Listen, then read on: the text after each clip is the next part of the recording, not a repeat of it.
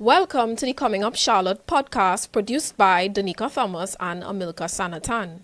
This limited podcast series is all about real life in East Port of Spain. It is about the hustle, the people, the everyday work that keeps the city moving, the stories of the ones who make Charlotte Street, aka Chinatown, what it is. Today we're talking with three young people who reside in East Port of Spain. Today we listen to Amanda, Darron, and Tekel share intimate experiences about living, going to school, and working in and around Port of Spain and what that is like, the challenges and the triumphs they have all faced along the way. Let's reform bananas, let's reform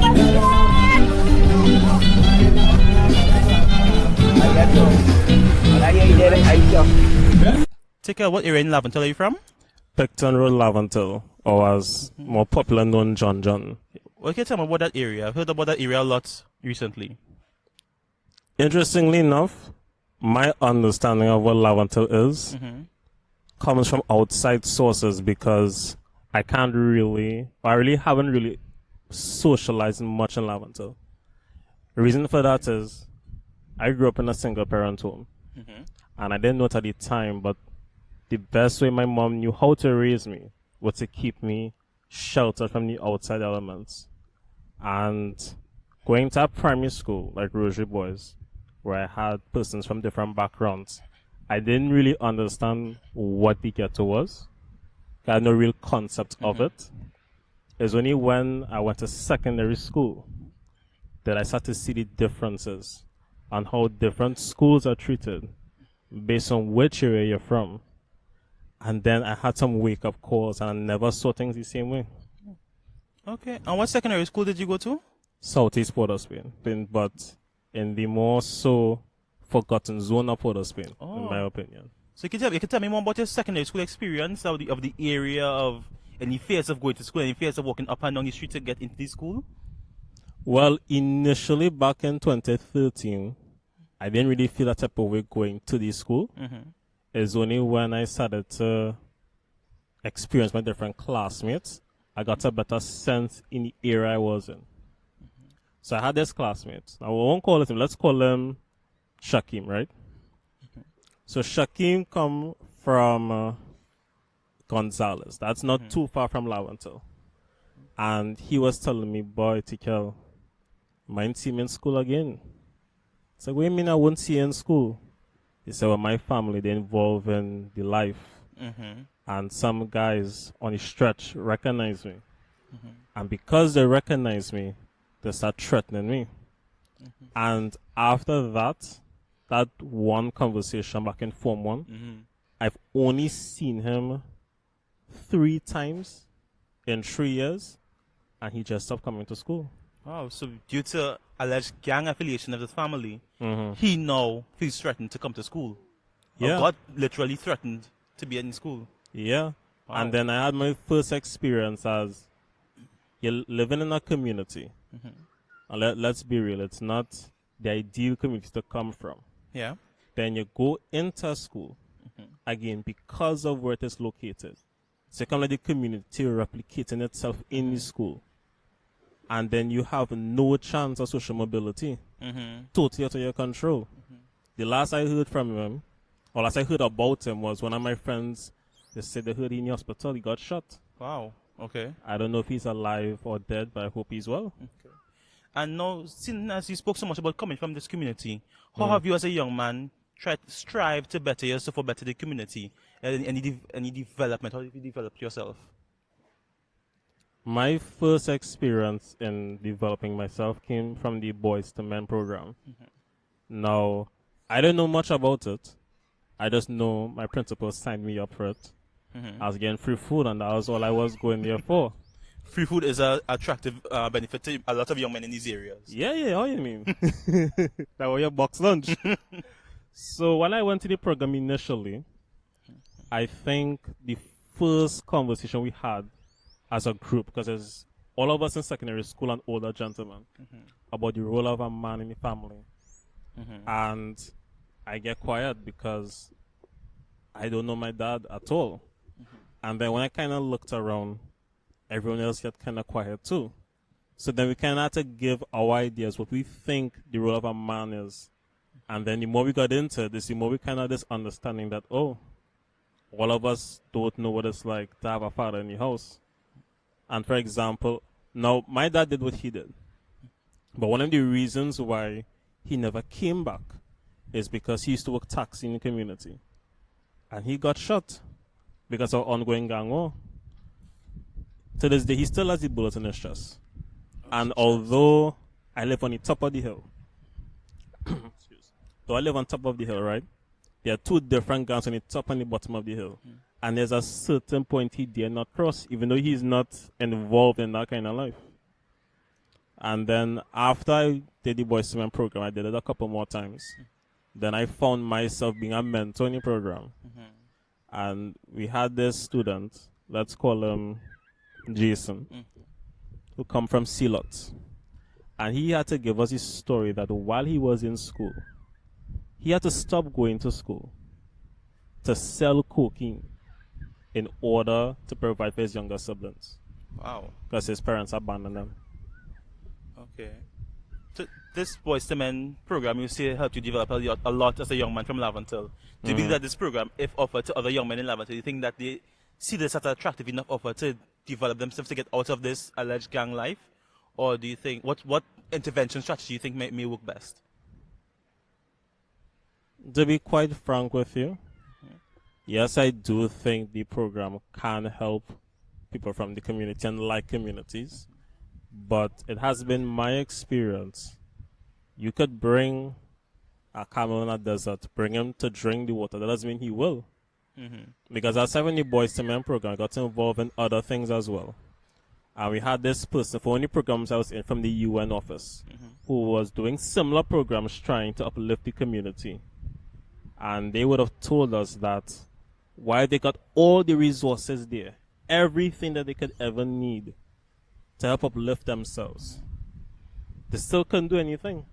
Because they made the conscious choice that they can't see themselves beyond what's in their community. So the situation in Laventille in these communities have been going on for a long, long time. And no program thought up in a school, no program thought about by politicians in just 5 years can turn around a problem like that. It has been decaying for decades now. So Amanda, from my understanding, you would have lived in other areas before living in Laventille. What areas you would have lived before living in Laventille? And can you tell me some of the comparisons you can draw off the top of your head? Okay, so hi, I'm Amanda, and I would have lived in Williamsville. Then I would have moved to Union Hall, and not currently, but I lived Palmis before coming to Laventille. And to say that I can draw a comparison is very difficult, because living in Laventille is a whole different environment. Down to draw similarities between the two, I definitely can't say that I can. You know, there's a lot of differences in terms of, with Palmist, for instance, we have a very much community mindset. We talk to our neighbors, you have your friends within the neighborhood, within the whole environment. But when coming to Laventille, I don't really talk to the neighbors that much. I don't even go outside the gate because of the fact that, you know, anything can happen. You hear gunshots frequently. You know, all those, just even the state of the environment and the housing situation, it's quite different from where I would have lived prior to coming to Laventille. Yeah. So I understand from when you come from, property lines are well drawn, fenced around, and when you walk around Laventille, they don't know who property you're standing on, where you're cutting through. Can you tell me about, in comparison to safety, do you feel safe and secure? Do you feel you can talk to your neighbors freely? In Palmis, I feel more safe in Palmis. I don't hear gunshots. Because of the relationship you have with your neighbors, you know that you could trust them. In Laventille, I stick to myself, stick to the household as much as possible. I don't tend to give out as much information, and it seems to be that all the neighbors as well tend to do the same thing. They don't free flow information, so there's not that sense of community for me. Or it could just be that I'm an outsider essentially, and I don't, you know. But Yeah, that's how different it is for me. Okay. There, yeah. Okay. So, what about from when you enter and exit Laventille? What are some of the observances you can see? Can you see the environment becoming more developed? Can you picture Laventille becoming more of a community spirit, having a bigger, larger community spirit, a better cohesion? Well, based off of what I have observed, and especially what Tekel would have mentioned before, all the efforts and all the programs and everything could be implemented, but it is if people would pick up the baton and apply it to their day-to-day lives. I don't see that happening. You know, when you're coming into the community, it's so many years, so much development within Trinidad and Tobago, and still, like, you'll see children going and get water down by the little well down the road, and you'll see a lot of children out of school. Success Laventille is right there. You'll see them fighting, and just not striking development as a society. I find that a bit harsh, but this is the reality. Darron, when was the last time you rolled off your bed when you heard gunshots? Yeah, you know, honestly, last time I heard, so it was in about 2018, a man was shot right in front of my house. I still roll off my bed to duck from shots. I wake up and say, who dead now, boy? Open my door, check the cameras, and see a man outside. I say, police will deal with that. And I go back in bed and go back and sleep. Really and truly, it roll off my bed at this point. The mentality is, once I hear it is not for me, roll off my bed at this point, it's gonna make a difference. These gunshots really don't last that long. For me, by the time I hear it, roll off my bed, the gunshots finish. I honestly just say, dear Lord, the sleep's feeling good, and I wake up and see the roof, or I wake up and see you. You know, one of the two.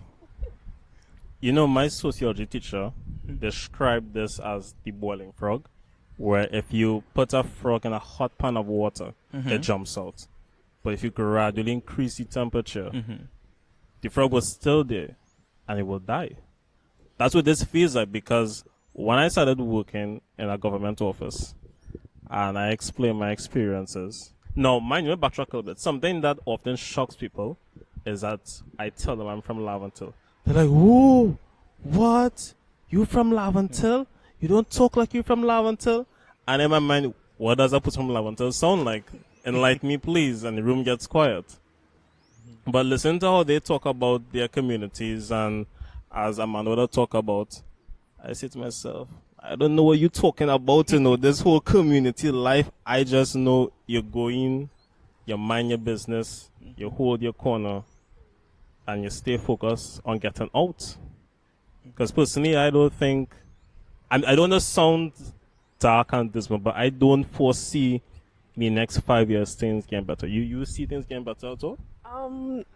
For me, no, I don't, because as I said before, the development, all these systems are there in place. They're trying for years now to get Laventille to a better state, and it still remains the same. It's still riddled with crime. You're having your shootings every now and again. I don't see it changing anytime soon. I think 5 years is a quite too short. Next 50 to 500 maybe. A lot of generations need to die out. Not really persons, but the mentality and the ideologies need to die out. The gang cohesion have more than the community cohesion. There's more gang loyalty than loyalty to your family. Siblings killing siblings, cousins killing cousins, cousins inviting their cousins into this gang warfare. So you have more loyalty to the gang than saying, I want to keep my cousin and brother and everybody safe. You're inviting them to that lifestyle. Want to go on a mission, quote unquote, with them. That mentality alone, not wanting to keep your family safe. Sacrifice yourself as opposed to your family. I remember you spoke about that friend who went to sell coke to feed his younger siblings. I hope to God that he sacrificed himself and not encourage his younger siblings when time comes. All right, time come, you hold this, pass this, carry this, do this, and encourage them in that same lifestyle, but encourage them to better themselves. You know? Now you're talking about family, but how do you feel about a young father, being a young father now? Because you can't see you have a camera, but you have a little one here. So how do you feel living in Laventille, having a little boy here, like seeing what we've seen growing up? Do you think about moving out? Do you think about how you're going to shield him? Do you think would you picture him playing on your playground in Laventille? Honestly, really and truly, For the safety, I haven't lived Laventille for all of my 24 years of life. I feel safe in Laventille. I have free security. I have the best escape system. I have tracks to go Belmont, Port of Spain, Mova. I go pass anywhere I want and reach anywhere in this area, in this environment I want. The fellas on the road, the second a car out to walk past, them scoping out, them calling everybody, them have guns unlocked, them reacting quicker than police. I feel safe for them. But you see, to have my son walk down to his shop and get a lolly, that experiences our parents had, our older siblings had, I don't feel safe with him doing it. I want him to have those experiences. So honestly, really and truly, I had to work extra hard. I'm working extra hard for money to jump out and get to community. Because you see that, going to go to the park and not have to worry about getting late, come back inside before the fellas come out and line. My current job as an ECCE field officer, I go to Hard Place ECCE. That is in the Observatory Street, heart of Port of Spain, close to Charlotte Street, Shafford Court area there.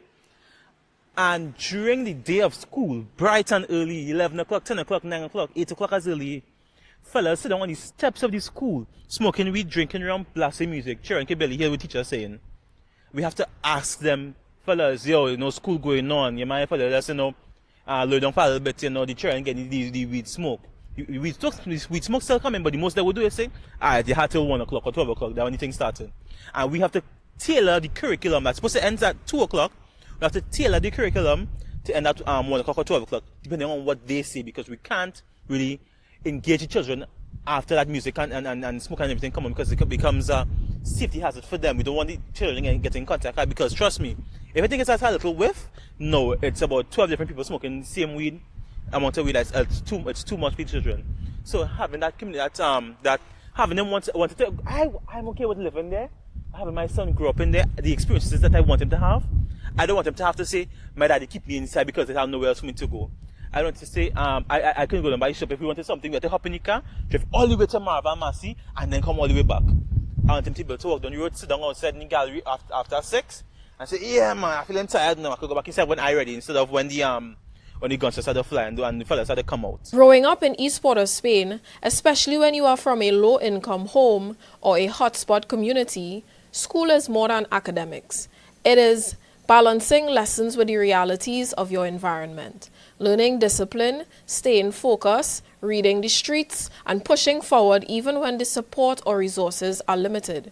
Growing up that way builds strength and maturity that shapes not just your education, but the adult you become entirely.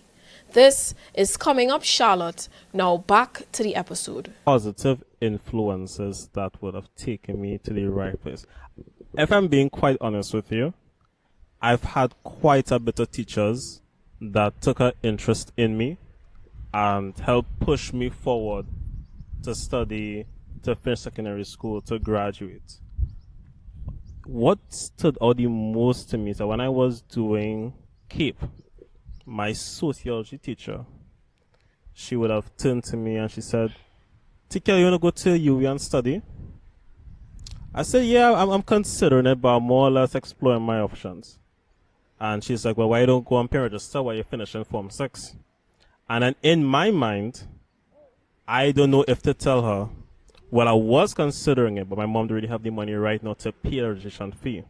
But we have that cool dynamics us open and to say, well, miss, I would love to apply now, but I really have the cash to go and pay the registration fee. She just sit down and she look at me. She said, okay. The next day, we was going to class, and she was in her car, and she called me down and our next student. She said, jump in the back seat. My teacher drove me home in Laventille, made me pick up my stuff to register, drove us straight to the St. Augustine campus, swipe her card, and tell us, don't worry about it. No, I am grateful for her. Now, granted, that's right before COVID, all I went through the window, but at the point in time, I felt thankful that she saw the potential. She saw I wanted more for myself, and she did the best she could to take me out. And I feel like while I got that, I feel like a lot of students don't get that attention, not from a lack of trying from the teachers, but all they see is that when they finish school, how are we gonna enjoy our life? But that's just not the reality. I mean, Amanda, I actually don't know what your school experience was like. I'm very curious now. Like, did your teachers like that? Or you always thought that, after you finish exams, is UE or USC, whatever the case was? Well, for me, I went to 2 secondary schools. From 1 to 5, I went to Holy Faith Convent now. Yes, a convent school. Convent. But it was not, I did not enjoy going to convent. It was very... Convent. My bad, convent. I didn't enjoy it that much because it was very sheltered from real world. And when after Form 5, I decided to move to Port of Spain to go to Polytechnic 6th Form Government. That was very interesting, very eye-opening. I enjoyed it to the max. But I was exposed to a lot of things that I would not have been exposed to if I stayed with Holy Faith Convent. Like, that's when I first got introduced to, like, weed and all these different things. Like, a lot of students used to leave school, go and do their weed, come back high. I almost saw a guy who had to go to hospital because he was that high. But, it was just a different culture. But even with that, they had a lot of teachers that would motivate. You would see a lot of students from different parts of Port of Spain, Woodbrook, I think even Laventille as well. And the teachers would be on us and always motivating and always want the best. And a lot of them went on to UE. I went on to UE as well. But it was just to have that support that some students wouldn't even get at home, It was... I would say that if it is that governments as well take the initiative to go into schools and attack it directly, all the drugs and all those issues, and give the support to the students directly, I think it would have more of an impact as compared to trying to go into the community directly, because of the fact that it's such a great influence at home. Your direct, your primary contacts, it's easy to be influenced in a negative way. But yeah, that's my experience with schooling in that school. Yeah. I know on the topic of the conversation, schooling did not influence me in that aspect much. A lot of my motivation is intrinsic. So my motivation to do better for myself came from me and not wanting to bask in the glory of this Laventille life. I remember when what you were saying, Tekel, when people hear where you're from, and I say from Laventille, you say you don't look like a Laventillian, you don't sound like a Laventillian, you don't eat like a Laventillian, you don't sleep like a Laventillian, you don't walk like a Laventillian. What does a Laventillian do? That is make them a Laventillian. The most likely expecting a cigarette in my ears, pants down on my ankles, and probably some bent up toes. But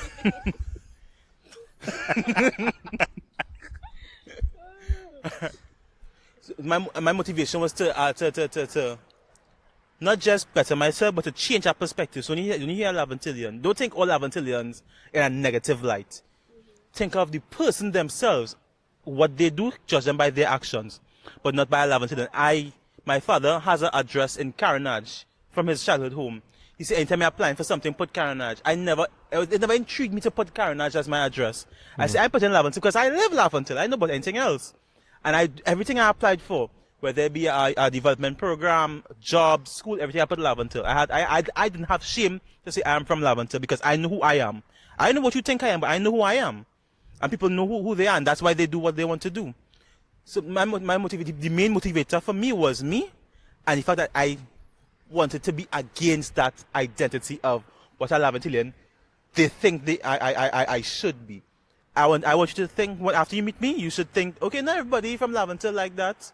And then she's thinking to say, well, maybe it's not just Laventille, nobody person themselves create that identity for themselves, not Laventille create that identity for that person, Now, my job is an district ECCE family community support officer.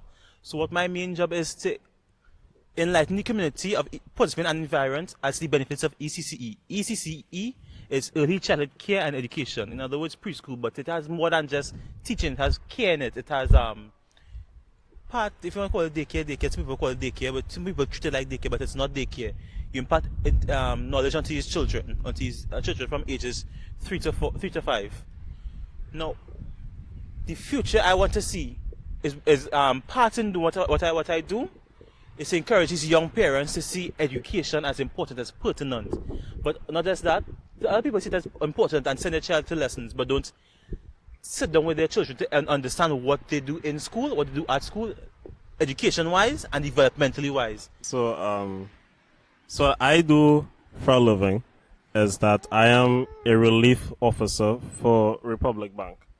And what that means is that I'm assigned to regional branches, and my job is to show up at any one of these branches that they decide on a given day to perform one of 5 or 6 different jobs, and I just fill in as I'm supposed to.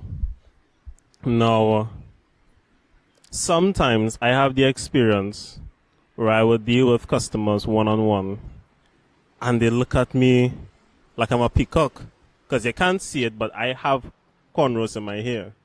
And they look at me like, you work here? And I would like to tell them, well, I have keys, I have the jersey, I have a pay slip, so yes, I would like to think I do work here, in fact. And it took me back to when I got interviewed here. Before I went to the interview, and Darron talked about addresses, and you talk about comments. I'll come into that just now.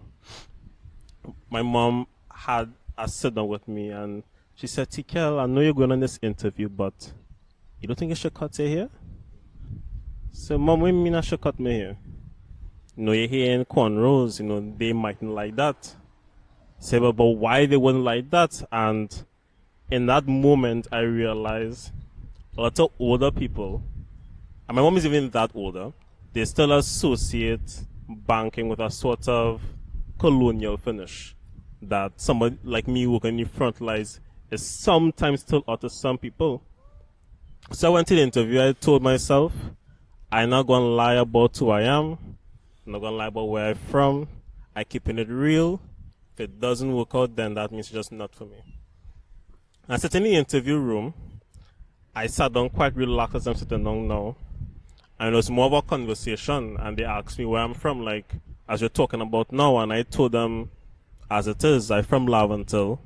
And one of the questions was, what's an issue in the workplace that you would have encountered?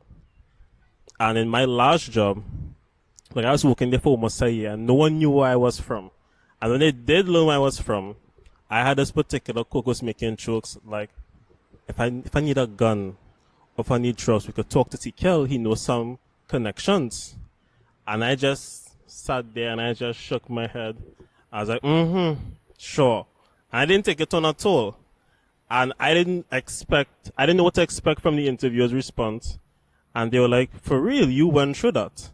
And then they told me how they from East Port of Spain too, they're from similar communities. And they also experienced that in different workplaces.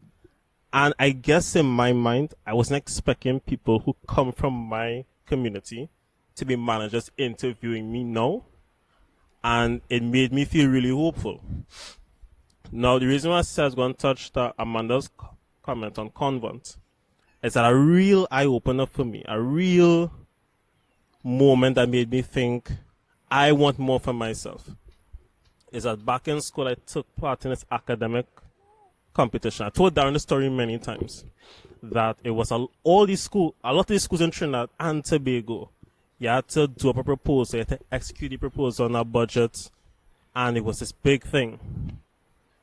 And I remember they were announcing the top 3 schools, and my school hadn't announced yet. And one of the organizers, he was a dear friend of mine, he passed away sadly. He said, son, would you like to lose a race by 100 meters or an inch? I was like, by an inch? I didn't really understand the question. And then when it came down to the final 2 schools, the judges said, could you believe that first and second place was only separated by 1 point?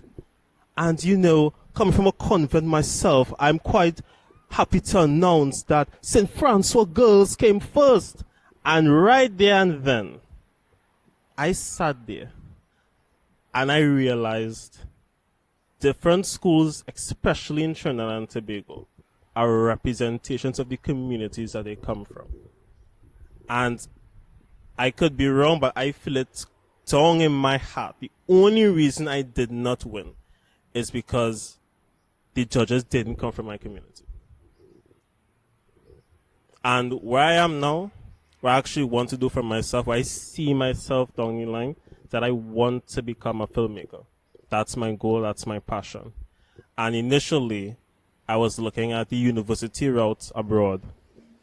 But although they were saying, yeah, you can get a scholarship for this, a scholarship for that, I don't know if it's my fear from growing up.